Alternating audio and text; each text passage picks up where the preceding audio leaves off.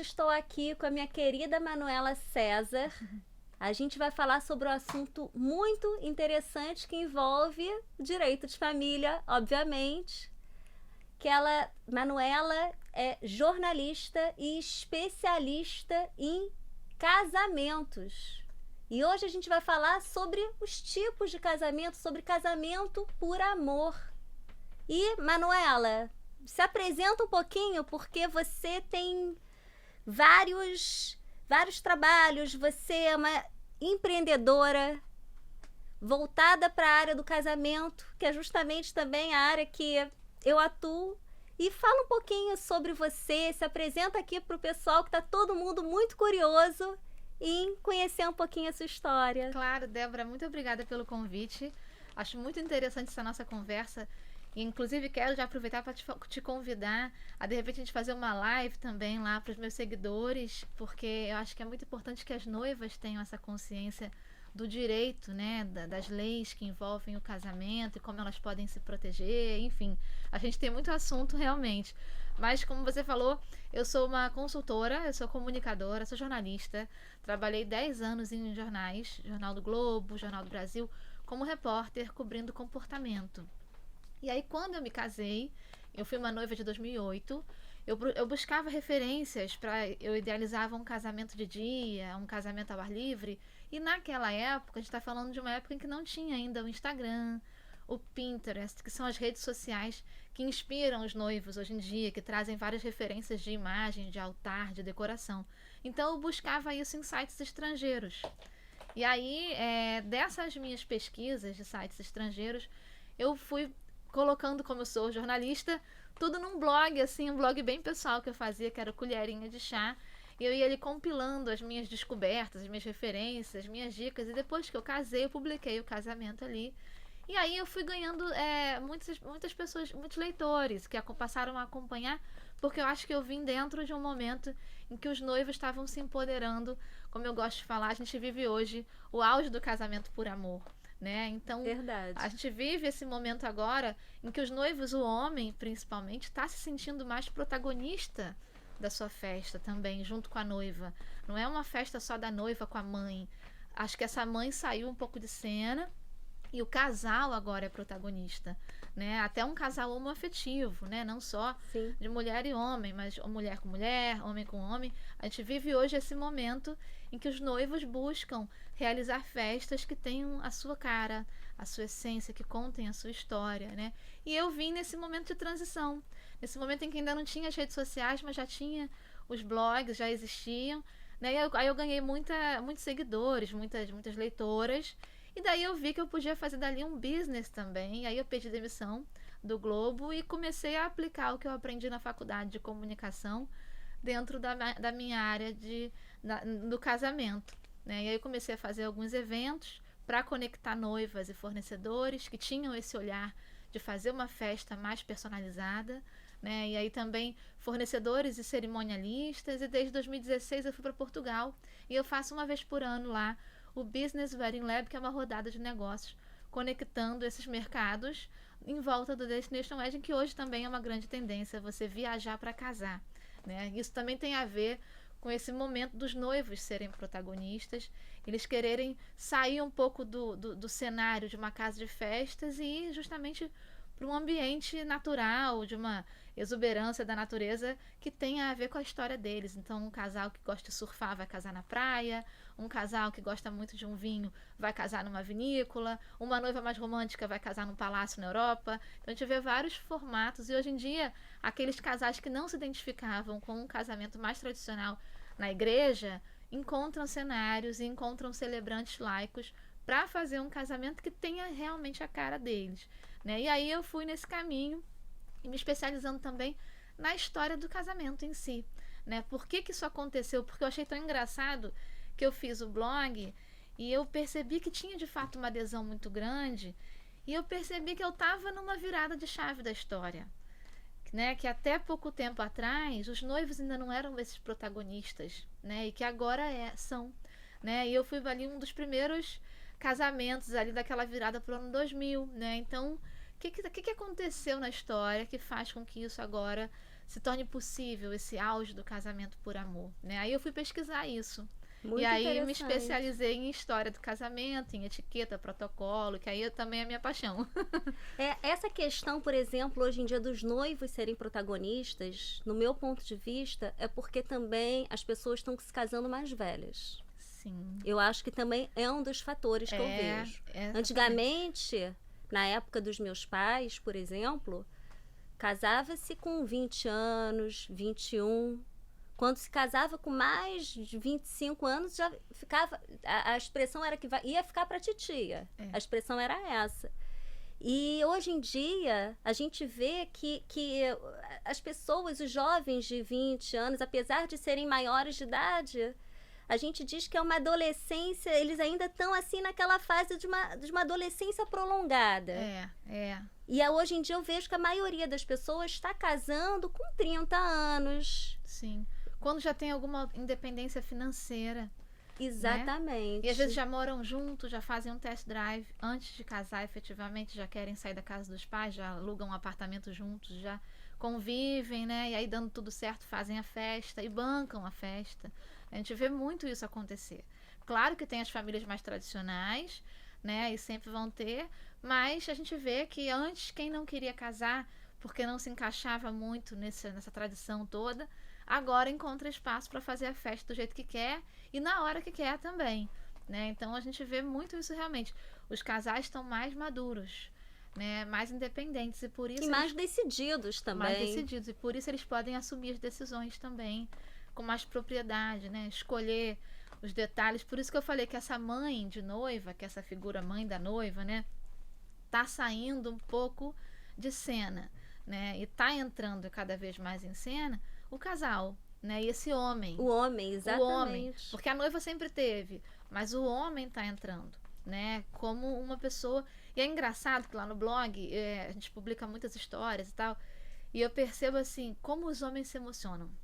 Porque é tão bonito de ver que os homens estão se permitindo sair um pouco daquele estereótipo do macho, né? Que aquela despedida de solteiro, né? Aquela despedida que vai todo mundo uma boate ver a mulher dançar. Isso tudo é mente cafona e fora de moda hoje em dia. Como que tem sido as despedidas de solteiro hoje em dia? Então, hoje em dia tem sido, na verdade, uma festa com os melhores amigos e com o pai, né? E às vezes até no próprio hotel onde vai acontecer o casamento, ou onde o casal está se arrumando, se preparando para o casamento, eles fazem ali, tomam um uísque, né? Confraternizam só os amigos, porque sabem que a amizade vai mudar. Né? A amizade de fato muda quando um amigo se casa, né? Sim. Mas não mais envolvendo outras mulheres ou saídas noturnas. Isso está cada vez mais... Eu não vejo mais isso, na verdade. Eu vejo os homens fazendo questão de encontrar o pai, de honrar esse legado que os familiares, né? O pai, o avô deixam, né? Prestigiando os avós nas cerimônias. E isso eu acho muito bonito. Fazendo questão de escrever votos à mão, né? Às vezes... Você vê, eles filmam o making off, tá lá o noivo sentadinho na mesa do hotel, escrevendo os votos dele. Então, assim, a gente vê um novo noivo. Mais romântico? Mais romântico.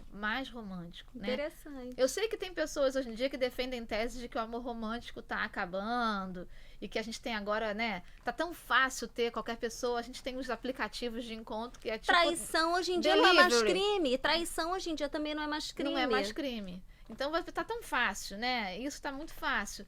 Mas na contramão disso tudo, a gente vê que justamente por ser assim tão libertário, é possível amar também. A pessoa se entrega mais, porque o casamento não é mais uma prisão. Porque até falando um pouco da história do casamento, né? Se a gente pensa os casamentos até os anos 50, divórcio era uma coisa impensável, né? E você deve saber disso muito mais do que eu, né? Assim, o divórcio era uma coisa horrível. Então, só quando a gente vê a lei de Di, e aí teve revolução feminina, né? Da pílula anticoncepcional, uma série de coisas, mas foi quando a lei de Di, nos anos 90, teve a coragem de assumir que o casamento dela tinha fracassado e que ela queria puxar a cordinha para descer, que ela não queria mais ser humilhada, né? Publicamente, aquela história com a Camila e tal, que ela pede o divórcio. E aí quando o mundo vê, pô, a monarca mor, né? Rainha da Inglaterra aceitou o divórcio do filho, né? Quem é a rainha do protocolo é a monarquia britânica. Então, se a monarquia britânica chancela o divórcio socialmente, o mundo inteiro passou a chancelar. Então, aquela pessoa que estava já infeliz há muito tempo, ela se inspirou, né? Acho que a Diana, ela teve uma importância muito maior na história do casamento pelo divórcio dela do que pelo casamento dela. Porque o casamento foi um casamento arranjado, que a gente sabe a história toda. Agora, o divórcio foi muito importante. Porque ela é a blogueira da época dela, né? Ela era a influencer da época. Era a mulher mais fotografada do mundo. Do mundo. Ela era muito influenciadora. Assim como Rainha Vitória foi lá no século XIX. Né? Então, a Diana, quando ela tem essa coragem de se colocar, de se posicionar, de falar, ó, até aqui não vou mais. Acabou. Deu pra mim, agora eu quero ser mulher de novo. Uma mulher, eu quero buscar a felicidade. Porque aí ela tem coragem de recomeçar. Tanto que ela morreu tentando ser feliz, né, do lado do namorado novo, né, buscando se apaixonar, né? Então isso deu um recado para todo mundo de que o casamento não é um lugar, uma prisão. Você pode entrar, mas se não der certo, você tem uma porta que você sai. E aí todo mundo começou a voltar a pensar o casamento de uma forma diferente, porque aí deu aquele boom de divórcio, né, que foi aquela coisa, os dados mostram assim nos anos 90, um boom de divórcio. Mas aí começa também um movimento de pessoas que começam a morar junto, né? A não assumir tanto assim o casamento formal. Aí vem a união estável. A união estável, novas formas de se casar, que envolviam o amor, aí sim, envolvendo o amor.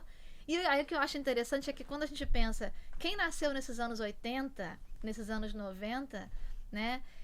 Que eram frutos desses casais assim, pós-revolução, né, e que já aceita o divórcio, etc.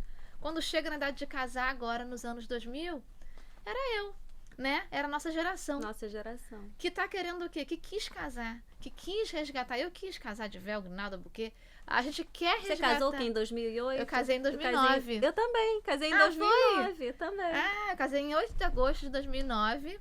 E foi isso, assim, que eu falei, eu tava resgatando as tradições todas, né? Eu me vi querendo casar. Minha mãe não casou de vestido de noiva. Minha mãe casou só no cartório, porque ela fazia parte dessa geração que dizia não pro casamento, né? O Brasil vivia uma ditadura. Sim. E ela não tava afim de dar uma de, né, dona de casa feliz. Ela queria outras coisas, queria liberdade, né? Então, quando eu casei, ela me agradeceu.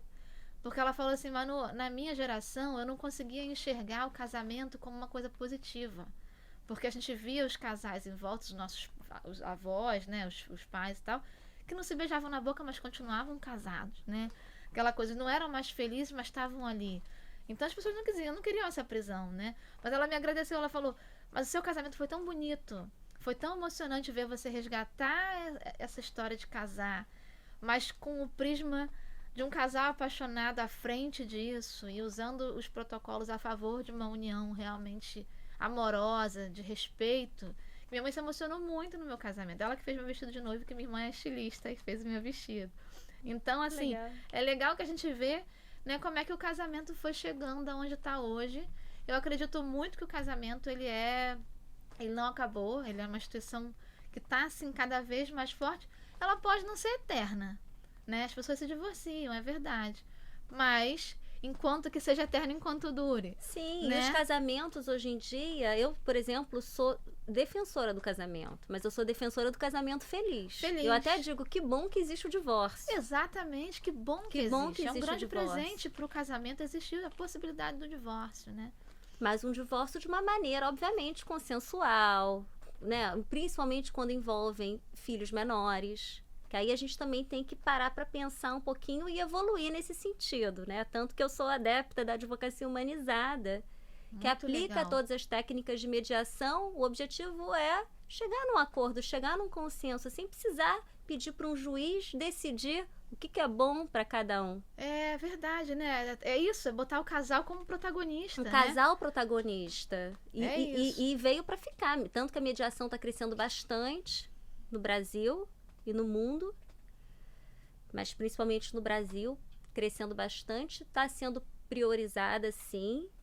E a tendência é essa, a tendência é a conversa, o diálogo, que as partes possam ser protagonistas. E Débora, você falou uma coisa tão interessante que é assim, a noiva e o noivo se prepararem financeiramente pro casamento, né?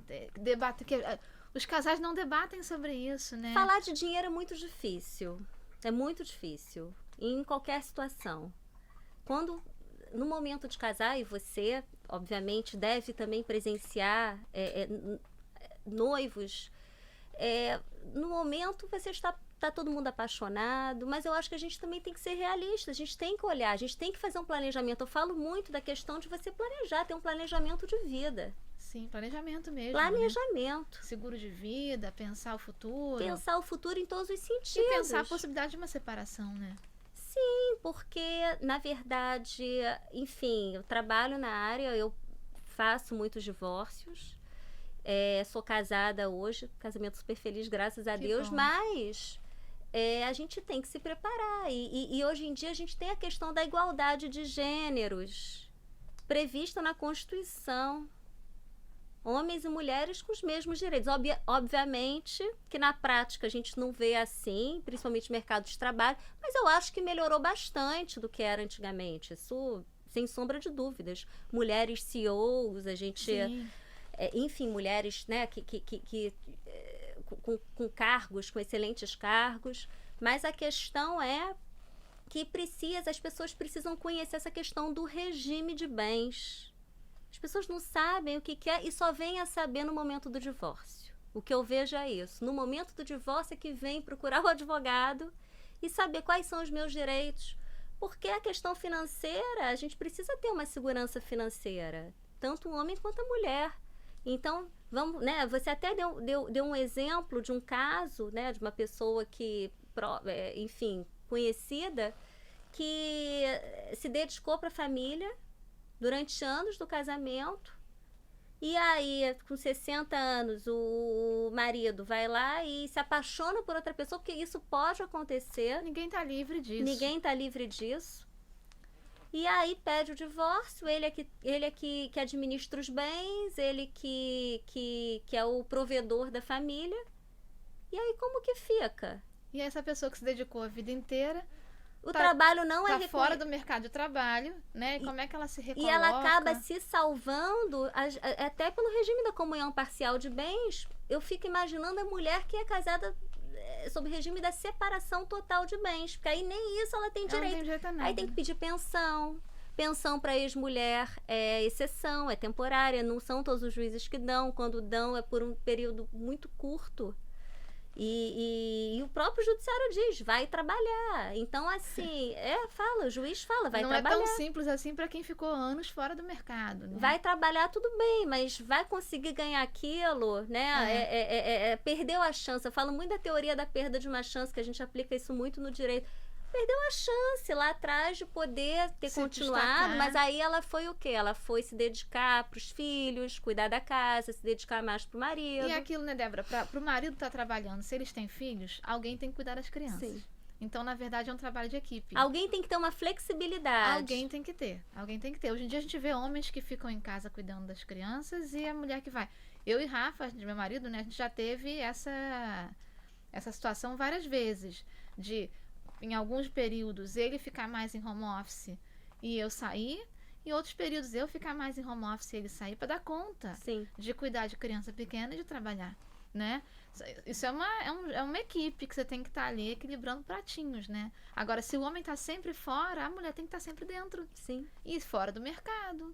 Né? Então, realmente é injusto isso, né? E aí, justamente, as pessoas nem sabem. Então, eu aconselho sempre, assim, no momento que vai casar, conversar. Procurar um advogado mesmo, que tem esse perfil assim conciliador. Eu falo que a mediação ela é bem cabível nesse momento, porque as partes conseguem dialogar, o casal consegue dialogar e falar sobre a situação, sobre a questão financeira. Sim, tem que ser falado, eu sempre digo isso. E você consegue até personalizar o seu regime. Não precisa ser só separação total ou só comunhão parcial. Você pode fazer um mix. Uhum. E fica muito interessante prever e caso tenha filhos, durante um determinado período, a mulher vai cuidar mais dos filhos, vai ficar fora do mercado de trabalho. Muito interessante. O homem vai ser o provedor. Eu acho, isso fica estabelecido, eu acho que assim, o combinado é o combinado, entendeu? E você já entra sabendo as regras do jogo. Eu falo muito isso da teoria dos jogos. A gente tem que saber quais são as regras.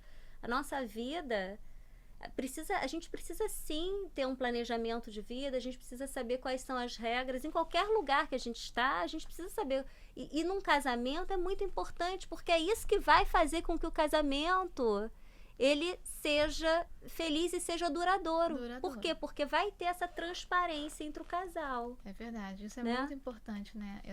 O diálogo é muito importante para o casamento ser bem sucedido, né? E a transparência total. E essa coisa também, até que você estava falando, de um contrato de namoro, achei isso muito interessante também, né? Antes de casar, já tem um contrato. Olha, que é até uma possibilidade também, a pessoa realmente saber onde está pisando, é tempos modernos. Olha, né? que é muito, assim, eu faço, né, alguns contratos de namoro, mas eu confesso que não é fácil. Não é fácil, eu entro muito quando uma das partes quer fazer o eu nunca tinha ouvido falar. Para poder evitar uma união estável, né? Para poder configurar que isso é um namoro. E aí fica assim, o objetivo é esse mesmo. Olha, nós estamos namorando. E a partir do momento que a gente namora, não tem nenhuma consequência jurídica caso vocês terminem. Porque, por exemplo, um namoro, ele pode vir a se tornar uma união estável. Porque a união estável, ela não precisa ser documentada. Ela nasce da própria informalidade dela. Tanto que a maioria das uniões estáveis são informais. E aí, qual é a consequência? O regime de bens é o da comunhão parcial. Então, você precisa. Então, essa questão do contrato de namoro é uma criação jurídica, mas que é muito questionada. Mas se ela é muito bem feita, eu gosto muito de fazer, por exemplo, quando for para fazer contrato de namoro, já prever que em caso de união estável, você já prevê o regime de bens, para evitar, de repente, o regime automático, que é o da comunhão parcial. Mas isso também tem que ser muito conversado. Sim. O direito vai se modernizando de acordo com a sociedade. A sociedade vem na frente. Exatamente. E aí o direito precisa acompanhar. Vai acompanhando. É mais lento, porque até se fazer uma nova lei, quanto tempo demora? Tem toda a questão. E aí acaba que os juízes vão tendo que decidir, e aí a gente vai criando a jurisprudência. Muito bom. Então é bem, bem interessante. Mas eu queria que você falasse um pouquinho, que você fala sobre a história do casamento. Quando que começou, se você puder falar um pouquinho lá na Europa, na Inglaterra, como que eram os casamentos de antigamente, e você falar também quando que você, na sua concepção, começou o casamento por amor. Então, isso é bem interessante a gente pensar que o casamento e amor nem sempre andaram juntos, né? O casamento, ele era um contrato, né? Um contrato, meramente um contrato, né? Um contrato até para garantir a sobrevivência da própria mulher, né? E por isso os casamentos não eram por amor, porque era um casamento baseado em que o noivo, o homem, fosse o provedor e pudesse sustentar essa mulher e até a família dessa mulher, né? Então, assim, falando em linhas bem gerais, mas a gente tem os casamentos diplomáticos, né, da Áustria Antiga, do Império Austro-Húngaro, da Maria Teresa de Habsburgo, que é a mãe da Maria Antonieta, que foi casar lá com Luís XVI. A gente tem essas arquiduquesas, como foi Maria Antonieta, que se casavam como peças de xadrez, né, em casamentos que iam, às vezes, substituir a possibilidade de uma guerra. Então, o casamento vinha, né, para apaziguar dinastias, apaziguar reinos, enfim, evitar guerras, evitar custos, enfim, era a maneira com que as dinastias conseguiam se unir reinos e etc. Mas também tinha o casamento quem não era monarca, o casamento das pessoas que eram ali da classes mais abastadas, enfim, que tinham que se sustentar, as mulheres não trabalhavam, né? A grande questão da história do casamento é que enquanto a mulher não trabalhava... Não podia trabalhar. Não podia trabalhar. Então, enquanto a mulher não tinha uma fonte de renda própria, quem não tem fonte de renda não tem direito a ter escolha. Até hoje em dia é assim. É verdade. Né? Se você não é dono da sua autonomia financeira, você não pode ser dono da sua vida. Você sempre tem alguém te bancando, sempre vai responder para essa pessoa, de alguma maneira. É verdade. Né? E isso, naquela época, era muito comum. As mulheres não tinham como trabalhar, não podiam trabalhar, não eram bem vistas se estudassem. A educação, a escolaridade da mulher e do homem era completamente diferente. Eles iam aprender matemática, eles iam aprender física, elas iam aprender a bordar. Né? Elas iam aprender a tocar piano, a falar latim, né? E eles realmente é que iam aprender o direito, né? E aprender uma profissão.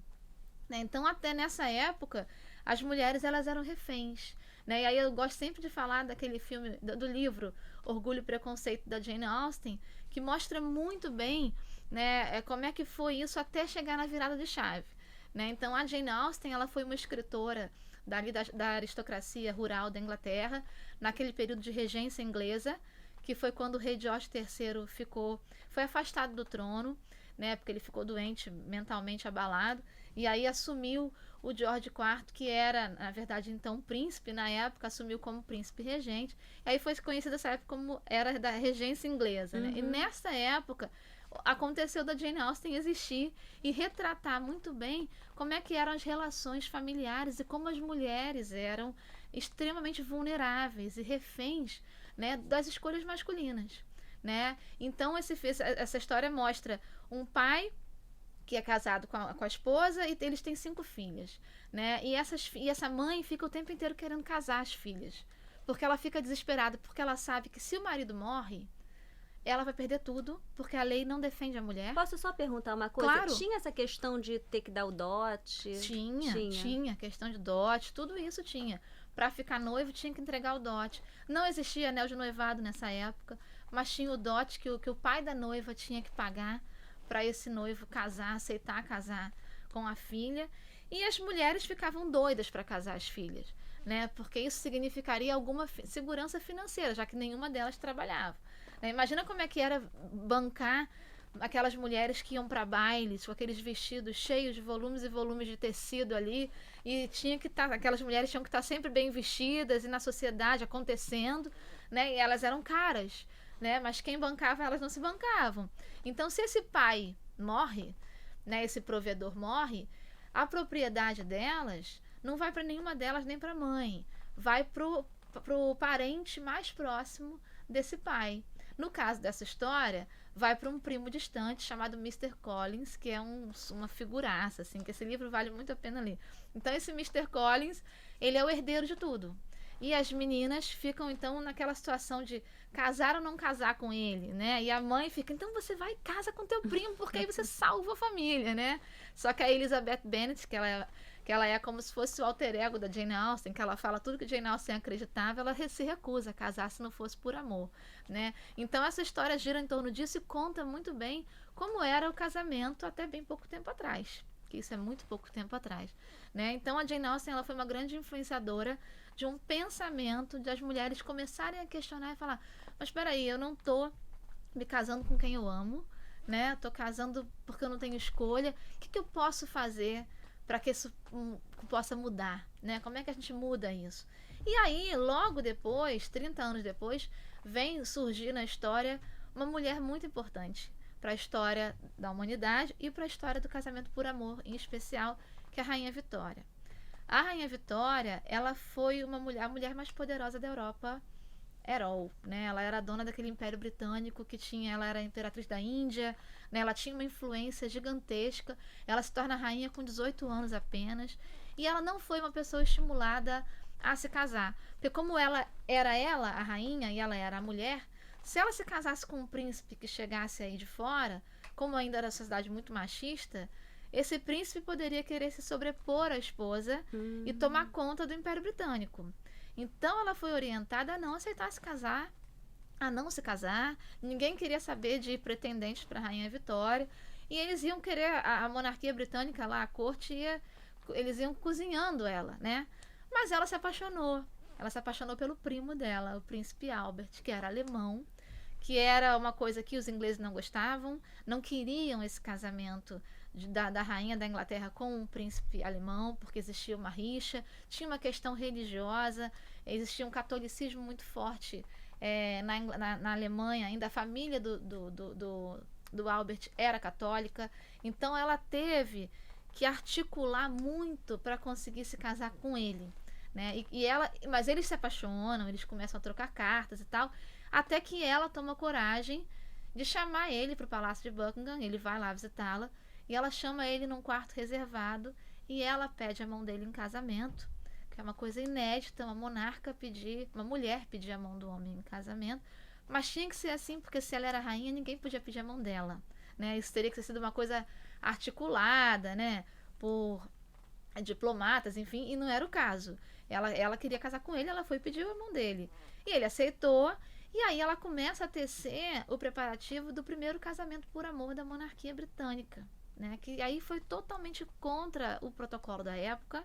Ela criou o que a gente conhece hoje como as regras dos protocolos do nosso casamento clássico. Na época, foi o que Vitória criou em nome do amor, quebrando todas do casamento clássico da época dela, né? Então, assim, o vestido de noiva branco não existia, você se casar de branco, né? Isso era uma coisa ainda muito incipiente, porque os tecidos brancos antes do século XIX não eram totalmente brancos, porque não tinha uma tecnologia que fizesse ele ficar totalmente homogêneo, bonito. Então, a nobreza não usava branco.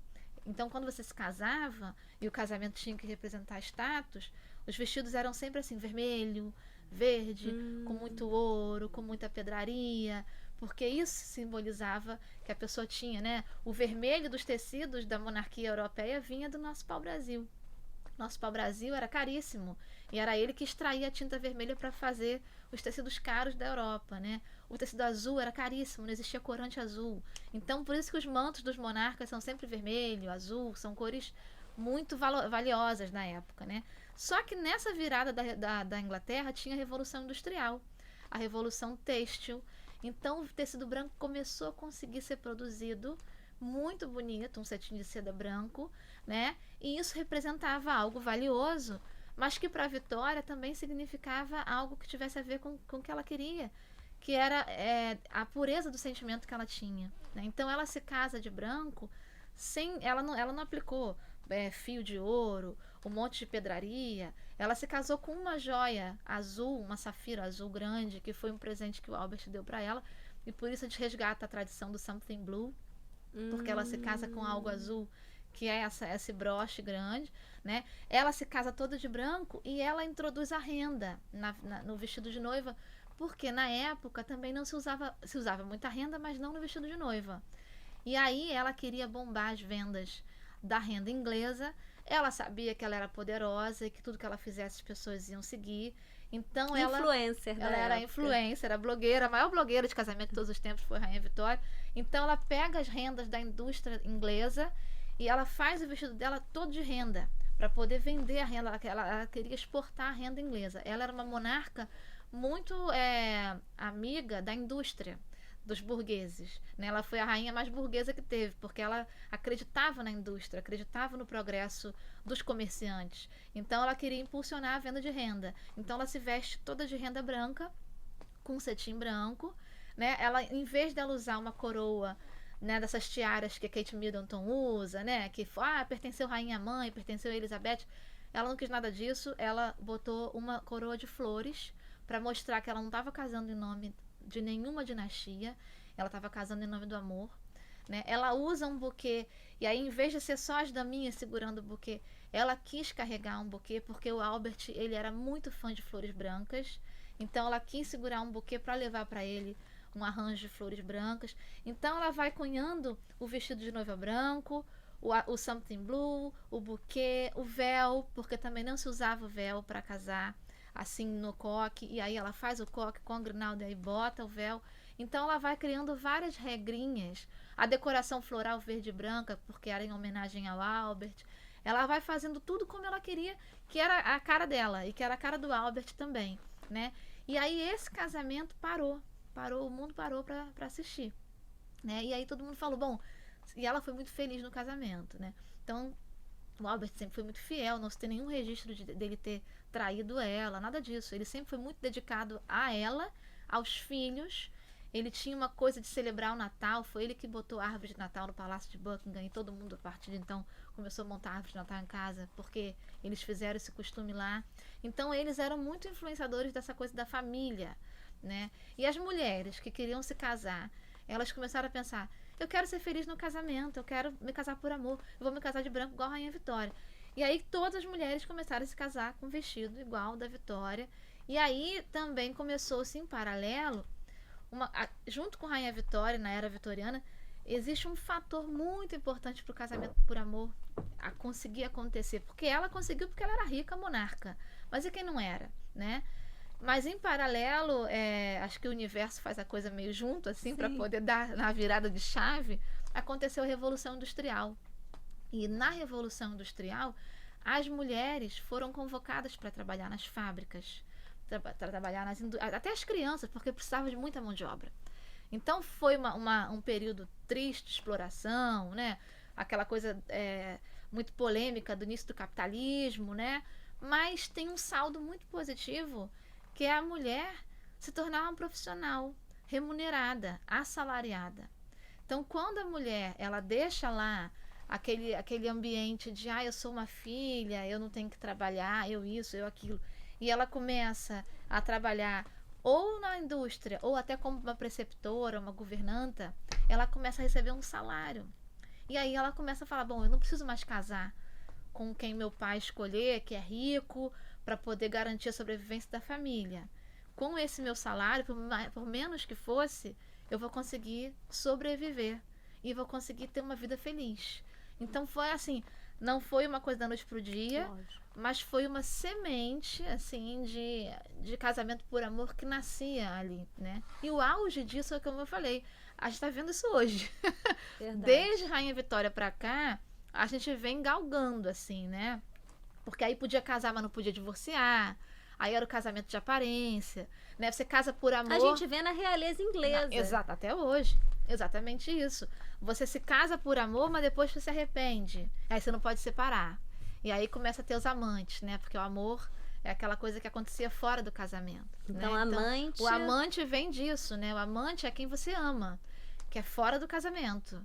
Né? Dentro do casamento, você casa com uma pessoa para constar, para poder ter ali uma relação que dê estabilidade não só aos noivos, mas aos familiares e às vezes até aos reinos e dinastias, né? Então tudo estava envolvido ali.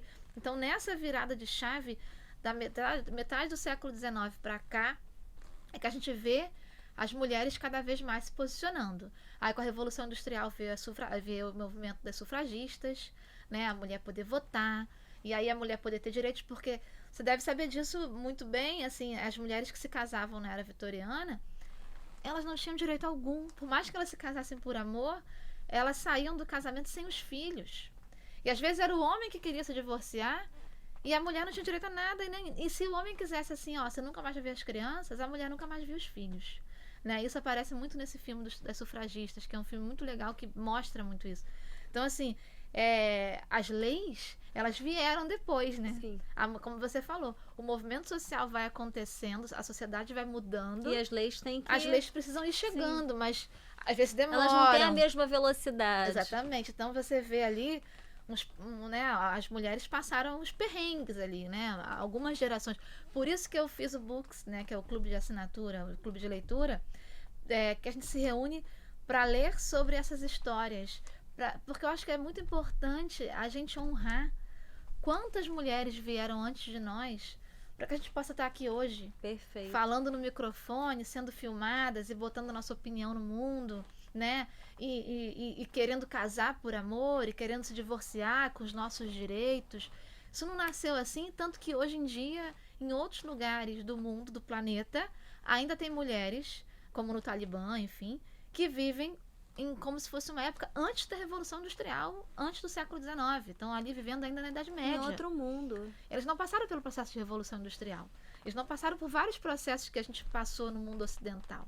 Sim. Né? Então, a gente deve muito a... Então, assim, eu sempre gosto de honrar muito a Jane Austen, que foi essa grande influência da literatura, que ela fez a Revolução. Ela foi contemporânea de Napoleão, ela foi contemporânea de Maria Antonieta, nasceu em 1775, ainda no século XVIII. E ela era genial, porque ela não teve uma educação, né, de homem.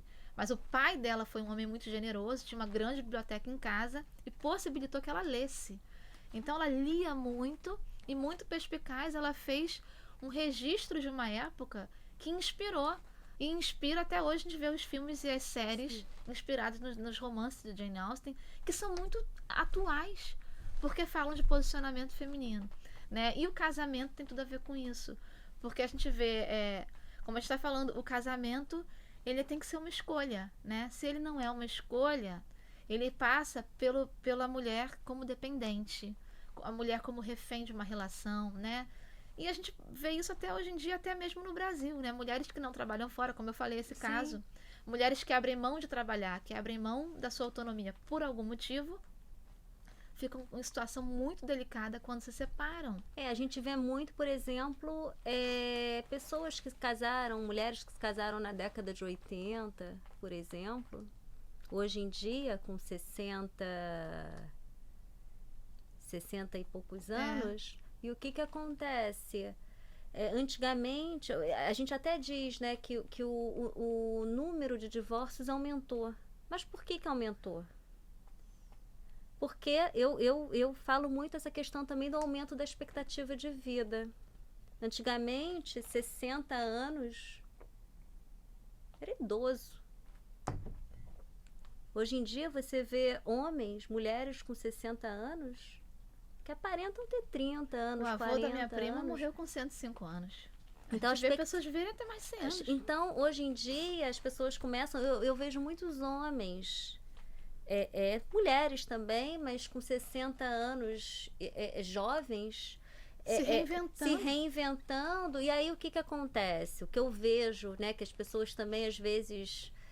Enfim, já fiz vídeos falando sobre a questão do regime da separação total de bens. É o melhor regime? Não necessariamente. Tem determinados casos, e muitos casos, que, no meu ponto de vista, o regime da comunhão parcial salva essas mulheres. Sim. Porque são mulheres que viveram nessa época em que o homem era o provedor, a mulher era mais dona de casa, do lar. Quantos processos eu vejo antigos, fulana de tal, brasileira, do lar. A gente vê muito isso. E é um trabalho, né? E é um trabalho. Que é um trabalho que não é reconhecido e não é reconhecido. É um trabalho manter, porque é uma dinâmica, que é um sistema que você tem que manter. E não é reconhecido pelo judiciário. Também como um trabalho e aí remunerado. E aí fica essa questão quando tem o regime, por exemplo, na maioria tudo bem, da comunhão parcial de bens, se partilha esses bens que foram adquiridos, né, ao longo, mas e quando não há bens? E quando o homem some, se desfaz do patrimônio, a mulher fica muito vulnerável. Muito vulnerável. E aí, para conseguir pensão para ex-cônjuge, é exceção. É temporária, né? Normalmente varia, eu digo, 6 meses a 2 anos, 1 ano. É bem pouco tempo. E o juiz diz, vai trabalhar, tem que trabalhar. Mulher. Mas aí o que acontece com essas mulheres? Mas essa mulher foi muito... a linha de largada não tá justa, né? Não tá justa. Como é que ela volta pro mercado de trabalho depois de anos afastada? De anos, para poder se... Né, eu falo muito da teoria da perda de uma chance. Ela perdeu a chance, né, de ter... Enquanto ela era mais jovem, estava no auge. Eu vejo muitas mulheres assim. E eu até gosto de falar sobre esse assunto, é um assunto muito polêmico, as pessoas normalmente não falam, mas essas mulheres precisam ser olhadas. Claro. Elas precisam ser acolhidas, elas precisam ser olhadas. E nós, mulheres, a gente tem eu acredito muito que eu tenho essa missão, né? Um propósito. Isso é muito legal. Vamos ser justos. Vamos olhar caso a caso. Porque como a gente está falando, a mulher ela é excluída ao longo da história toda, né? Agora que a gente está começando a olhar para isso, né? Então é muito importante o papel dos advogados. É muito importante que a gente tenha esse olhar de garantir leis para elas, né? Assim, e a gente está falando das mulheres de classe média, tem as mulheres miseráveis, né? A mulher negra. A gente tem uma série de realidades do nosso país e do mundo, né, em que a mulher fica numa situação muito, muito desfavorecida. E o casamento, às vezes, coloca ela ainda mais para baixo, né? É esse caso da mulher que não vai para a rua porque está casada, porque tem uma responsabilidade do lar, porque é mãe, porque tem que cuidar. Eu entendo que a natureza pede, eu como mãe sei disso, amamentei meus filhos bastante, o mais novinho ainda mama, então assim, eu sei que é difícil para a mulher que acabou de ter neném ir para o mercado de trabalho. Eu até acho que a lei é muito injusta, porque eu sempre falo isso assim, é meio esquizofrênico, porque o Ministério do Trabalho, né, só dá 4 meses de licença maternidade.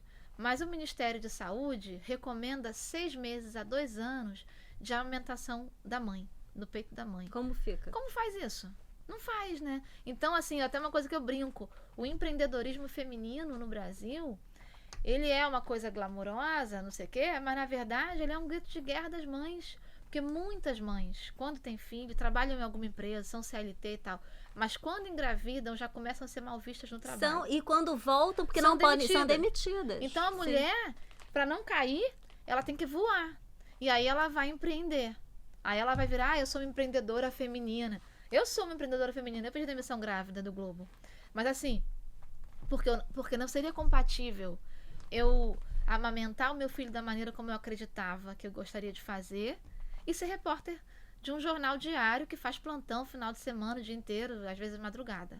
Não era compatível. Então eu pedi demissão grávida até, fui até meio assim, as pessoas falaram, você é maluca de pedir demissão grávida? Eu falei, já tô pedindo logo. Porque aí eu já vou na gravidez me preparando para uma outra virada na minha vida. Porque eu não vou esperar estar com o neném no braço para saber o que eu vou fazer. Exatamente. Sabe? Então, assim, eu pedi demissão antes. Um ato de coragem. Foi coragem. Sim. Foi coragem. Ousadia. Foi ousadia, Mas eu acho que quando a gente faz a coisa com propósito, porque eu tinha um propósito que era estar com meu filho, né? Então eu acho que o universo é aquela coisa do universo. Conspira ao nosso Acredito muito. Você bota o pé, ele bota o chão, né? É verdade. Então eu falei, eu vou dar um salto, mas eu acredito que vai dar certo, e deu, né? Então, mas é isso que eu falo.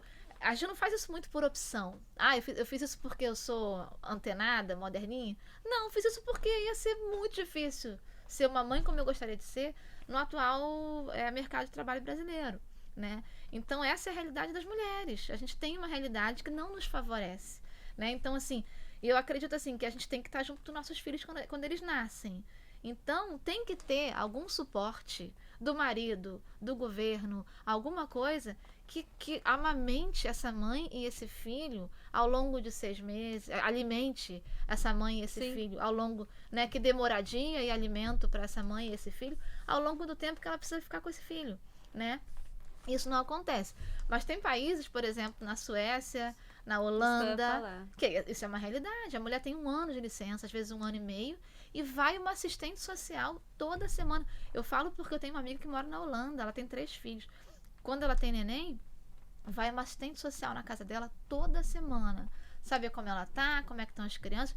Pergunta se quer que vá ao mercado, ela faz compras, ela traz coisa da rua, ela dá uma olhada na casa, ela ajuda a botar a roupa na máquina. Ela é como se fosse uma babá, uma ajudante doméstica que vai, porque o governo sabe que essa mãe não está podendo sair, né? E que lá não tem essa facilidade de babá, de contratar, né, serviços assim, né, de mão de obra mais barata, né, como a gente tem no Brasil. Sim. Então lá é uma realidade, o governo ajuda, né?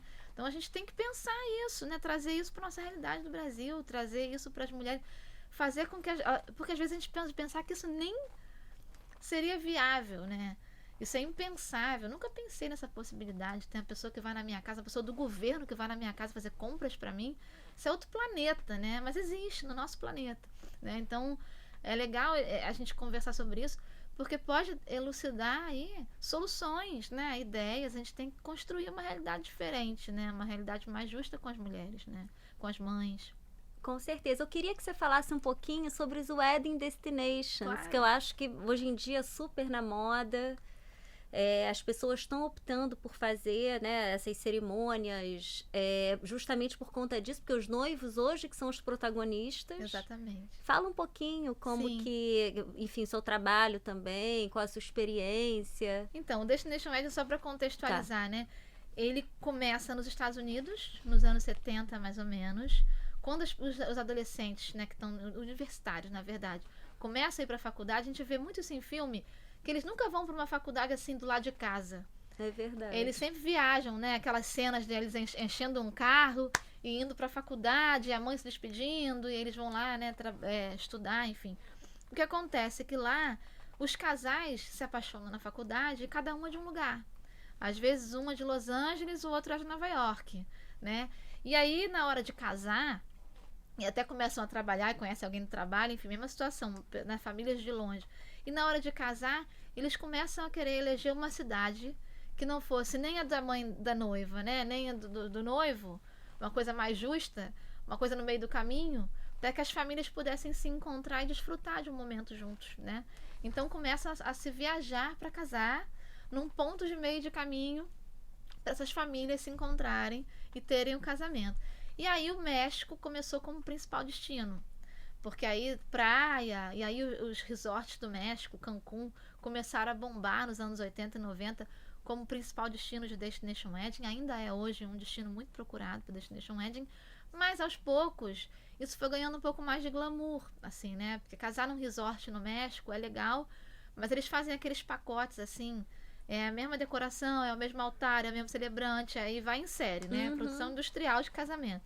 E aí começou-se a pensar até assim, nessa época que eu estava fazendo meu casamento, com essa coisa das redes sociais, do Pinterest, trazendo muitas referências e tal, começou a pensar, vamos procurar um lugar que tenha a ver com a nossa história, né? E aí a Europa começou a despontar com aqueles cenários medievais maravilhosos, palácios, né? Porque os Estados Unidos não tem, assim como o Brasil, nada muito milenar, né? É verdade. Tem que ir para a Europa, atrás de história, etc. Então começou esse namoro, né? Mas no Brasil, essa moda só começou a pegar mesmo de uns 5 anos para cá.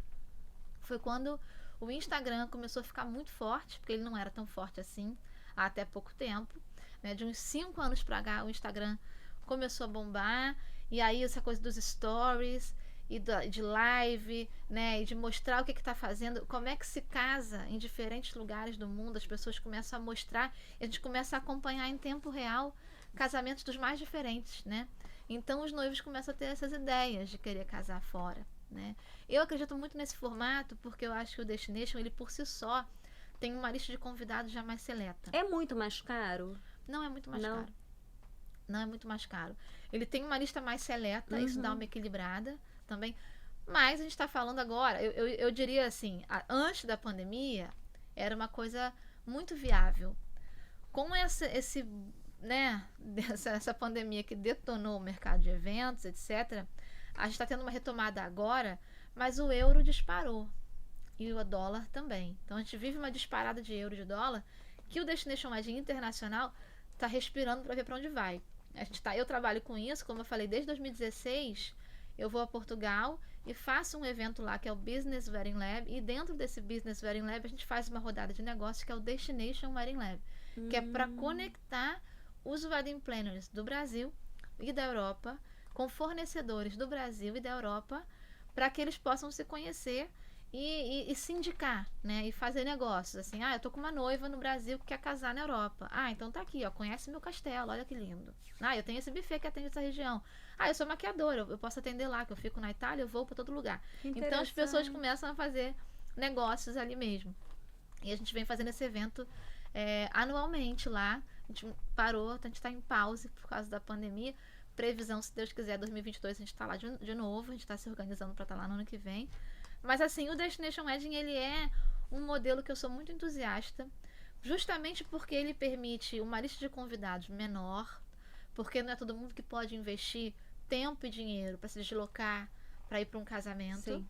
Né? É caro você ir para um casamento Destination Wedding. Os noivos, eles não costumam bancar a passagem, todos os custos, todos os convidados. Você aceitando ir, você sabe que você está gastando ali uma grana. Hospedagem, de repente, consegue algum desconto em hotel. Sempre tem uma agência de viagens envolvida que atende todos os convidados. Eu sempre falo isso.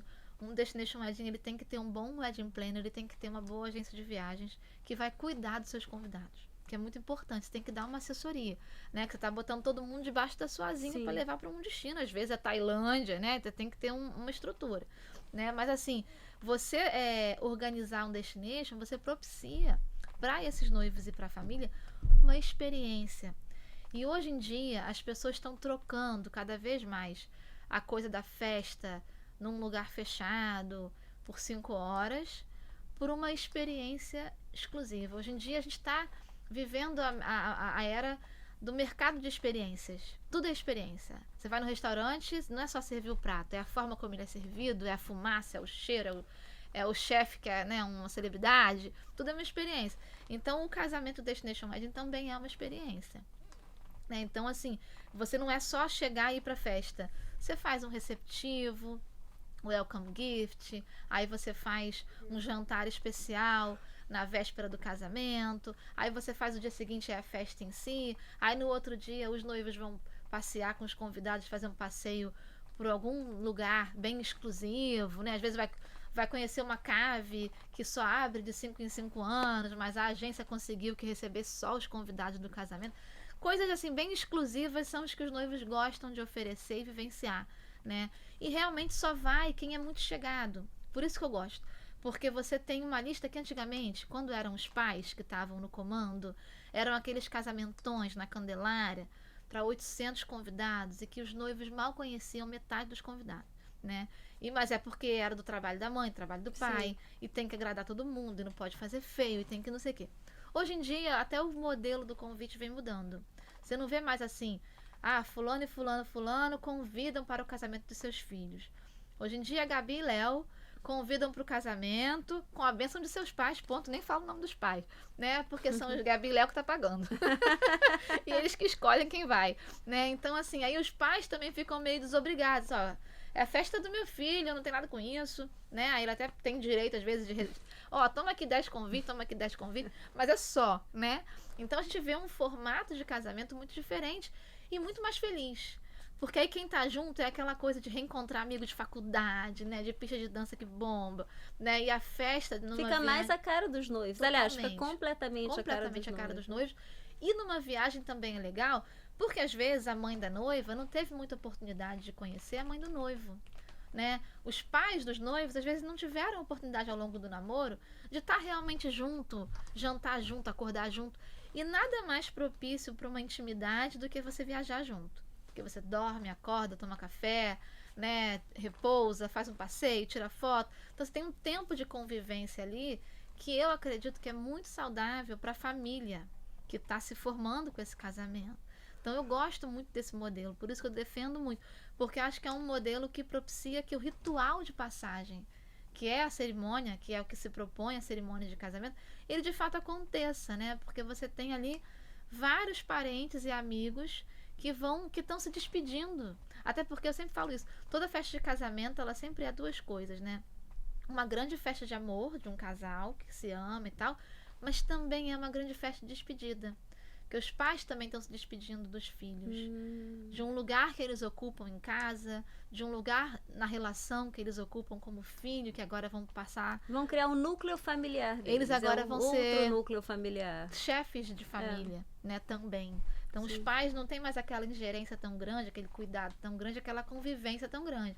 Então, os pais também ficam, por isso que o pai da noiva debulha de chorar na hora de entregar para a mão do noivo, porque é uma super despedida, realmente, né? Então, acho que esses arquétipos e essas relações, quando acontece num Destination Wedding, elas ficam com mais tempo de serem digeridas e com mais tempo de todo mundo se conhecer e de colocar para fora as ansiedades que esse momento evoca também, né?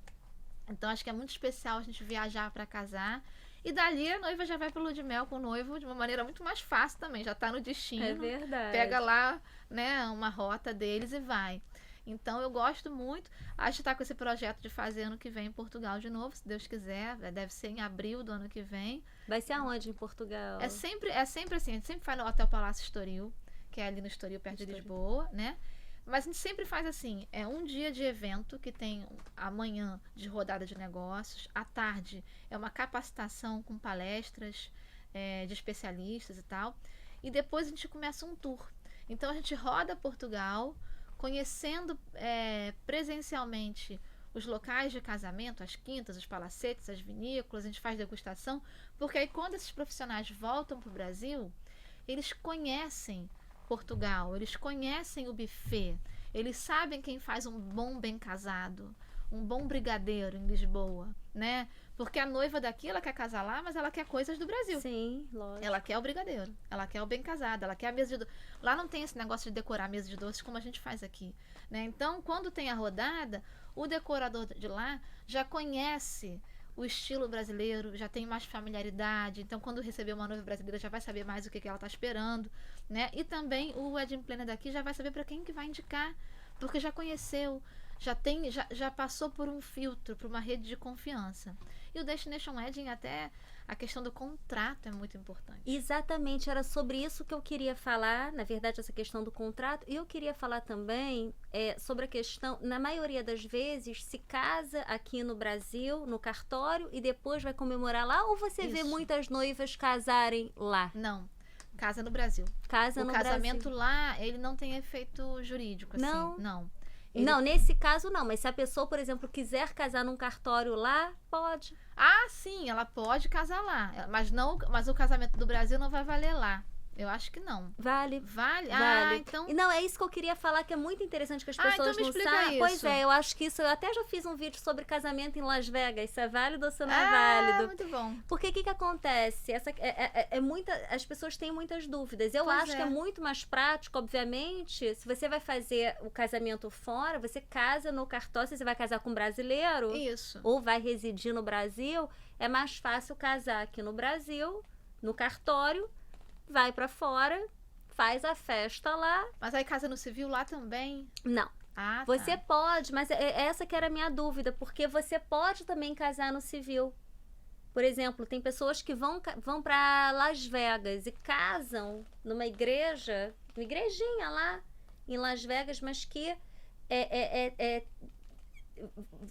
tem essa validade jurídica lá, quando o casamento lá tem essa validade jurídica, não é casamento, é um casamento de acordo com as leis Sim. de lá. É, exatamente. E aí sim, você pode depois utilizar. Na verdade, uma vez que você casou lá, que você tem a certidão de casamento lá, ela é válida no Brasil. No Brasil e também. você é considerado casado, você tem que levar essa certidão aqui pro Brasil para ser registrada. Mas aí você tem que registrar uma certidão brasileira, né? Tem que registrar. Isso. Mas, por exemplo, você casou lá e aí esqueceu, de repente você volta pro Brasil, aí você casa com uma outra. Você não pode. Isso é bigamia. Não pode. É proibido no Brasil. Você tem que trazer o casamento, a certidão de casamento, tem que registrar Desfazer aqui, e desfazer. Divorciar aqui, Sim. e aí sim. Sim, exatamente. É porque é até uma dúvida que eu tenho. É uma dúvida comum Uma dúvida dos comum. noivos. Até eu. Porque, assim, eu acho assim, que eu percebo, né? Que os noivos costumam se casar aqui e quando fazem lá, eles não costumam fazer. É a festa. Eles é a só festa. fazem a Só festa fazem a festa. e contratam um celebrante laico, que não é um juiz de paz e também não é um padre, é um celebrante laico que vai fazer o que eu acho lindo, que é entrevistar os noivos e contar uma história do casamento e conduzir uma cerimônia personalizada para eles, mas que não tem nenhum efeito legal, né? Que isso seria no casamento no Brasil mesmo, no cartório brasileiro, antes deles irem. Né? Ou E tem quando noivos voltarem. também que de repente não casam aqui, vão fazer lá a celebração lá fora, não fazem de acordo com as normas de lá, né? E aí, no caso, não é um casamento. No caso, não é considerado um casamento legal. Pode configurar uma união estável. Talvez, né? Se a gente for pensar juridicamente falando, mas um casamento não. Então é muito importante, né? Essa questão, se a pessoa quer se casar, que ela tem que cuidar dessa parte. Tem que cuidar dessa parte burocrática aqui no Brasil. Exatamente, exatamente. Cuidar aqui no Brasil antes de se casar ou quando voltar. Sim. Mas ela tem que entender que lá fora, se ela não procurar, né, fazer a coisa juridicamente lá fora, se for só com esse celebrante laico, não vai ter nenhuma validade de casamento civil, né? Então, mas o que eu vejo é eles fazendo dessa forma. Eles querem fazer o casamento com uma celebração laica, né? E, em geral, já se casaram aqui e fizeram só um almoço, uma coisa mais íntima, né? Ou fazem quando voltam, depois da lua de mel, fazem o casamento aqui. Em geral, fazem antes de ir. Já vão casados e lá fazem mais a festa mesmo. Ah, muito interessante. Eu nunca fui para um wedding destination lá fora, nunca. Já fui para casamentos de amigos, no Brasil. Aham. No Nordeste, você... Agora o Brasil está despontando, porque com a pandemia o destino nacional está muito em alta. Então a gente está vendo uma tendência dos casamentos acontecerem aqui, nas vinícolas do Sul, nas praias do Nordeste, Trancoso, né? A gente vai ver agora nas fazendas históricas do interior do estado do Rio, do interior de São Paulo, Minas. A gente vai ver, até no Pantanal agora também já estão se pensando destinos para casar lá. Que interessante. E também na Chapada, que tem aquele visual maravilhoso. O Brasil está pensando agora os seus pontos turísticos como altar, né? Lugares para casar. Os efeitos positivos da pandemia. né? Fomentar o destino nacional, o que é muito legal. O que é muito legal. O que é muito legal. Porque eu também sou muito entusiasta disso, que a gente tem que, né? A nossa economia precisa alavancar, né? E o casamento, ele é uma indústria muito próspera, né? Antes da pandemia, o casamento movimentava 16 bilhões por ano. Meu Deus. Né? Então é muito investimento que os noivos fazem e as famílias em festa, né? Então que isso possa ficar no Brasil, né? Que isso possa gerar emprego no Brasil, que a indústria, que ajude a nossa economia a alavancar com a indústria do casamento, né? Em nome do amor, né? Em nome do amor, porque afinal de contas, casamento tem que ser feito com amor. Total, exatamente. Casamento arranjado é coisa do passado. Totalmente, né? E essa mulher que cada vez mais procure a sua autonomia. Inclusive, esse mês, a box que está indo, é a box do nosso clube de leitura, é de Norte e Sul, que é um romance que se passa justamente na era vitoriana, na época da Revolução Industrial, nesse momento em que as mulheres estão começando a trabalhar e escolher com quem se casar e tal, né? E quem quiser participar do clube, como que faz? Sim, ó. Como que são feitas as reuniões? Então, a gente faz uma reunião por mês. Né? Um mês a gente vai debater o clássico da literatura, um clássico de ficção. É via Zoom que vocês fazem? É via Zoom. Tá bom. Exatamente. A gente faz assim, no primeiro mês a gente faz um debate do livro de ficção que a gente leu. No segundo mês, a gente vai debater o livro de não ficção que foi dentro da box para contextualizar aquele clássico. Então, geralmente a gente vai debater a biografia da autora, ou debater, por exemplo, esse mês, o livro que está dentro da box é um livro da Mary Del Priore, que é uma historiadora maravilhosa do Brasil, que fala da realidade da mulher, né, de 1500 até hoje. Né? Ela vai traçando uma história, porque a gente vai fazer um paralelo com a Revolução Industrial. Então, assim, a gente sempre tem um mês de debate de ficção, do livro de ficção, e no outro mês um debate que a gente chama de grupo de estudo, que é para contextualizar aquela história socialmente, politicamente, na biografia da autora. De alguma forma a gente vai entender qual foi o contexto que aquele livro foi produzido. Né? E quem quiser participar, a gente faz uma assinatura mensal. A pessoa paga mensalmente para participar desses encontros, para receber a box que vai. A box, ela é um presente, assim, que elas mesmas falam, e eu também acho. Eu criei ela pensando no que eu gostaria de fazer, né? No que eu gostaria de ter. Então, ela é uma caixa em forma de livro, feita com serigrafia dourada, inspirada mesmo nos clássicos. Ela sempre leva o nome, por exemplo, Orgulho e Preconceito, tá lá Pride and Prejudice, e o nome da Jane Austen. Aí dentro você tem um livro, um chá que foi pensado para aquele livro. A gente pega as referências de lugar, de clima, e pensa um chá que harmonize com a história, com os sabores que são citados na história. Sempre vai algo para comer, um biscoitinho, um bolinho, para harmonizar com esse chá também. Uma papelaria que é exclusiva, que a gente faz marcador de livro, adesivo, que tem a ver, que é inspirado nas personagens. A gente tem uma ilustradora, a Luísa Modesto, ela faz aquarela das protagonistas, e aí aplica isso na papelaria também. Sempre vai um mimo surpresa, então elas recebem ou um carimbo, ou uma bolsa, ou uma vela, um perfume de papel, alguma coisa que elas vão guardar e que contextualiza também. Então sempre tem esses mimozinhos e elas adoram. Que máximo! E aí no dia do encontro elas montam a mesa de chá, elas fazem o chá, a gente bota o bolinho, e aí elas se fantasiam, às vezes elas se fantasiam. A gente fez a box agora da Anne, de Green Gables, elas botaram a tiara de flor que foi dentro da caixa, todas elas de flor, e a gente vai debatendo o posicionamento da mulher dentro desses romances, como é que esses romances colaboram, que temas esses romances trazem para a gente debater que ainda são atuais, e como cada uma reagiu lendo aquilo. É muito legal Elas contam assim, o que elas sentiram lendo, como é que aquilo resvala no que elas estão vivendo na vida delas nesse momento. Então a gente se emociona, a gente ri, é um encontro assim muito vivo e que na pandemia veio como uma luva, assim, né? Porque é uma coisa de delivery, né? E tudo online, então foi possível acontecer durante a pandemia, até cresceu durante a pandemia.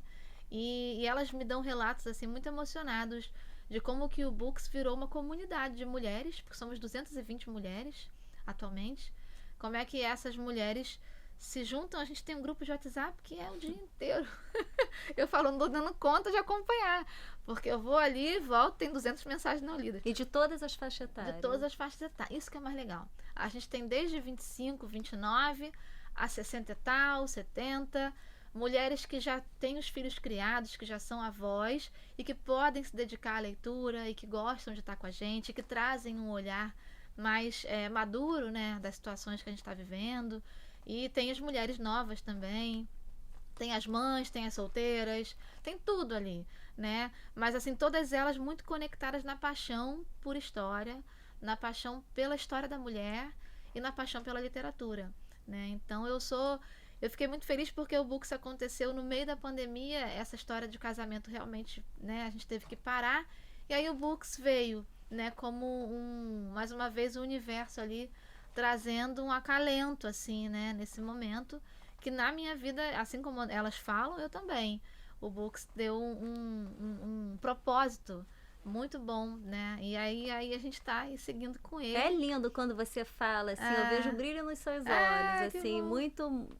Que conversa maravilhosa. Obrigada, dá vontade, obrigada, assim, de Débora. passar a noite aqui conversando com você. Muito obrigada, que bom. Assim, fiquei super emocionada mesmo e, assim, gratidão por eu ter que agradeço. aceitado aqui o convite Eu que agradeço. de falar também aqui estar no canal Jogando Direito, que tem tudo a ver, que a gente Tudo a justamente quer abordar, a gente tem que trazer assuntos, temas que tenham conexão com o direito de família, sair do mundo jurídico. Exatamente. E ampliar o leque, né? O objetivo é esse, né? Poder passar esse conhecimento para as pessoas. E você aqui, nossa, que bom. sem palavras. Eu que agradeço também, Débora, por esse espaço. Muito obrigada. Muito obrigada mesmo. Foi muito bom. Podemos marcar mais conversas sobre mais assuntos, Com porque certeza. realmente você... A gente nem falou de Leopoldina, eu volto para falar de Não Leopoldina. falamos, podemos também aprofundar a questão da família real,